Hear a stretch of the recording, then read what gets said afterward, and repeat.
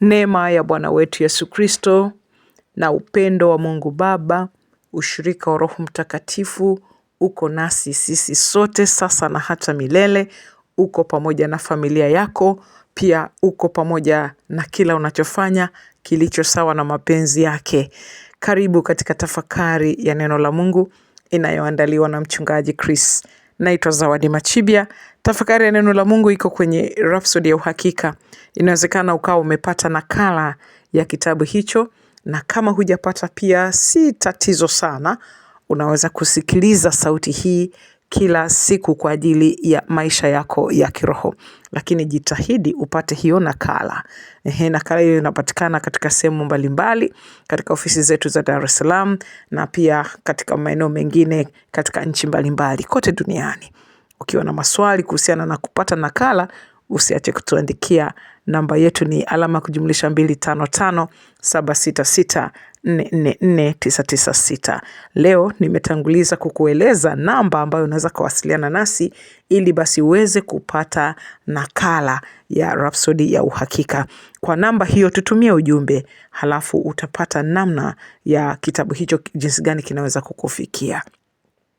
Leo basi ni Februari 21. Heri yangu ya kuzaliwa, litukuzwe jina la Bwana Yesu. Haleluya. Heri yangu ya kuzaliwa, litukuzwe jina la Bwana Yesu. Ni tarehe 21 mwezi wa pili, ni siku yangu ya kuzaliwa. Watu wanasema happy birthday. Lakini Bwana wangu aliye hai namtukuza kwa uaminifu wake, kwa upendo wake na neema yake kuu ambayo amenifanyia hata kufikia siku hii ya leo. Ni mambo makuu, ni jambo la kumshukuru Mungu kwamba uzima unatoka kwake, na si tu uzima wa kawaida bali ni uzima wa kiungu, uzima wa milele, na pia baraka na kipawa cha Roho Mtakatifu. Naam, twende kwenye tafakari yetu ambayo inaandaliwa na mchungaji Chris. Ujumbe wetu leo unasema tumia lugha sahihi. Tumia lugha sahihi. Neno la msingi ni kutoka kitabu cha Mathayo mtakatifu sura ya 12 mstari wa 37. Mstari huu unasema kwa kuwa maneno yako kwa maneno yako utahesabiwa haki, na kwa maneno yako utahukumiwa. Kwa maneno yako utahesabiwa haki, na kwa maneno yako utahukumiwa. Basi tafakari yetu kwa ufafanuzi, mchungaji Chris anasema maneno ni vitu, yanashikika kiroho. Mara nyingi watu wa Mungu hunyimwa baraka ama hujinyima baraka kubwa zaidi kwa sababu wanazungumza maneno yasiyofaa. Lugha yako ni mwonekano au ni taswira ya uelewa wako. Hutoa picha ya kile unachojua. Na cha kusikitisha, wengi wamejijengea lugha ya ukomo au vizuizi kwa sababu wameathiriwa vibaya na mazingira yao. Kwa lugha nyingine wamejiwekea vikwazo wao wenyewe. Kama mtoto wa Mungu, lazima uzungumze kwa usahihi. Hii ni zaidi ya kuwa na mawazo chanya au mawasiliano yenye kutia moyo. Watu wanajiita motivational speakers. Inamaanisha kuinena kweli, na neno la Mungu ndio kweli. Yohana 17 mstari wa 17. Unaposema au unaponena maneno sahihi ya kweli za Mungu kwa muda mrefu na wa kutosha, yatatengeneza mfumo mpya wa namna ya kufikiri katika roho yako na kuzaa matokeo yanayolingana na mawazo hayo. Si maneno yenyewe tu ndio huunda au kuharibu, ni lugha ambayo maneno yanaunda, mfumo wa mawazo unaowakilishwa na maneno hayo. Ndio maana lazima uzungumze kulingana na au sambamba na au kuendana na maarifa ya ufunuo wa neno la Mungu. Kwa mfano, wengine husema, tulipoanza kuabudu kanisani, uwepo wa Mungu ulishuka juu yetu. Inasikika kama lugha ya kiroho vile, lakini haiko sahihi. Haiko sahihi. Uwepo wa Mungu haushuki kutoka mbinguni pindi unapoanza kuabudu.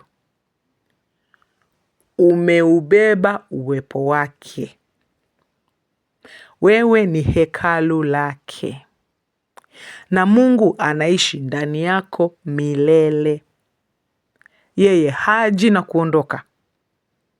Tunapokusanyika pamoja katika ibada, uwepo wake unadhihirika, hudhihirishwa, hausafirishwi na kuletwa ulipo. Vivyo hivyo, usiseme tunaingia malangoni mwake kwa shukrani na katika nyua zake kwa sifa. Huo ulikuwa ufunuo wa Daudi chini ya Agano la Kale. Leo tuko katika uwepo wake, tunaishi humo.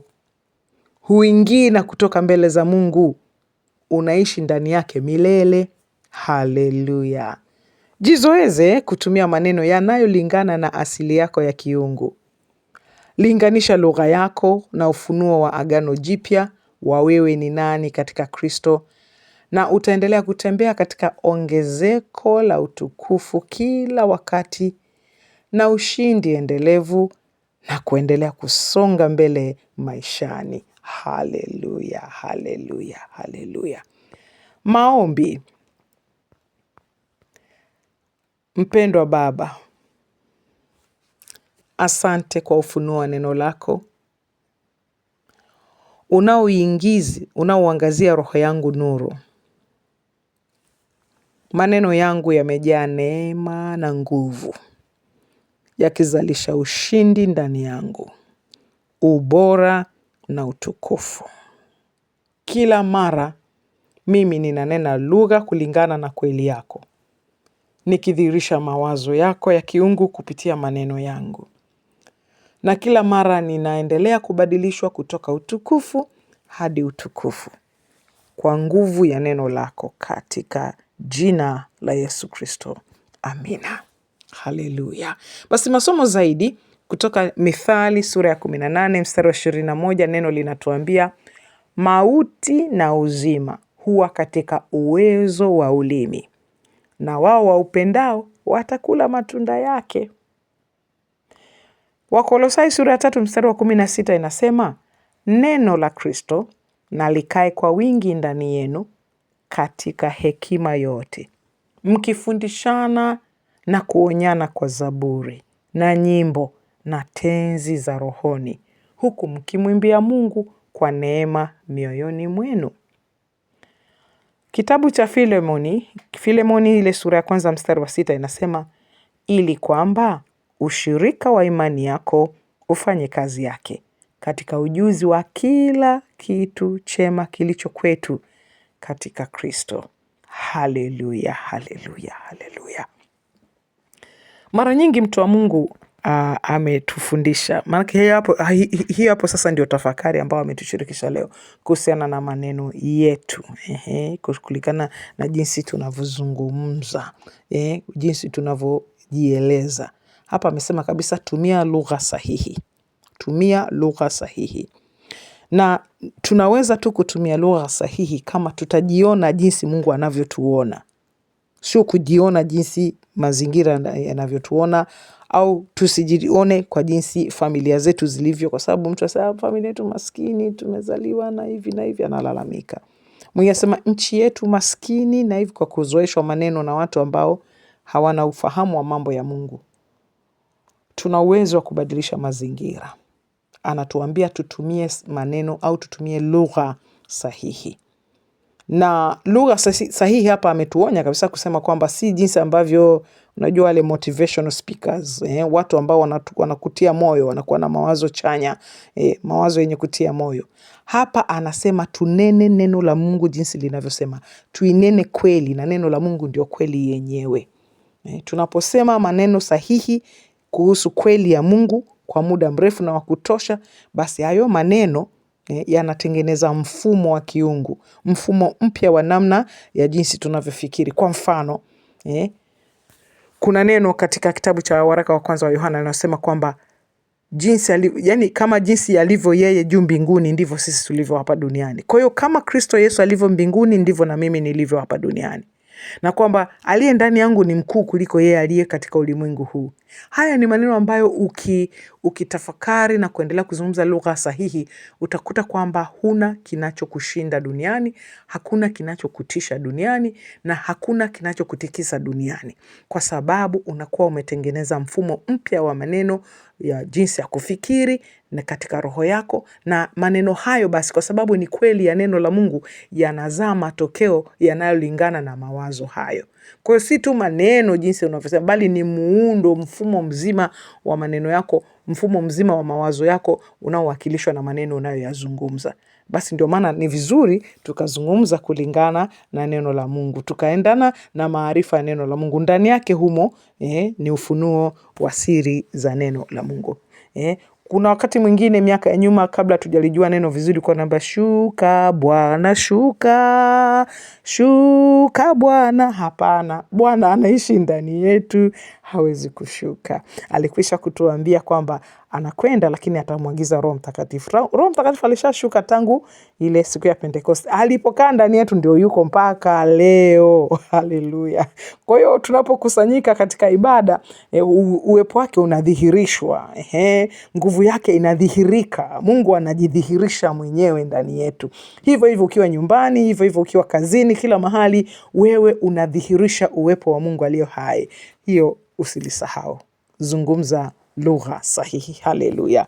Muda umetutupa mkono. Nataka nikukaribisha kwa Bwana Yesu. Kama hujaamini, kama hujapokea wokovu, sema sala hii baada yangu. Sema, o Bwana Mungu, nakuja kwako katika jina la Yesu. Ninaamini kwamba Yesu Kristo ni mwana wa Mungu aliye hai. Ninaamini kwamba Mungu alimfufua kutoka kwa wafu. Na kwa kinywa changu ninakiri kwamba Yesu Kristo ni Bwana wa maisha yangu kuanzia leo hii. Ninapokea kwa imani, na katika jina la Bwana Yesu, uzima wa milele ndani ya roho yangu. Nimezaliwa mara ya pili. Haleluya. Kama umesema sala hii kwa dhati ya moyo, nataka tu nikujulishe kwamba Mungu Baba aliye hai amekusikia. Karibu katika familia ya wana wa Mungu, na inakubidi ukue neno, unatakiwa ukue katika ufalme. Basi nakuombea Roho Mtakatifu akutie moyo, akuongoze na kukufunulia zaidi neno lake. Kama una maswali, nilikupa namba hapo awali tukianza. Namba ni hii, alama kujumlisha 255 766 444 996. Mungu Baba aliye hai akubariki.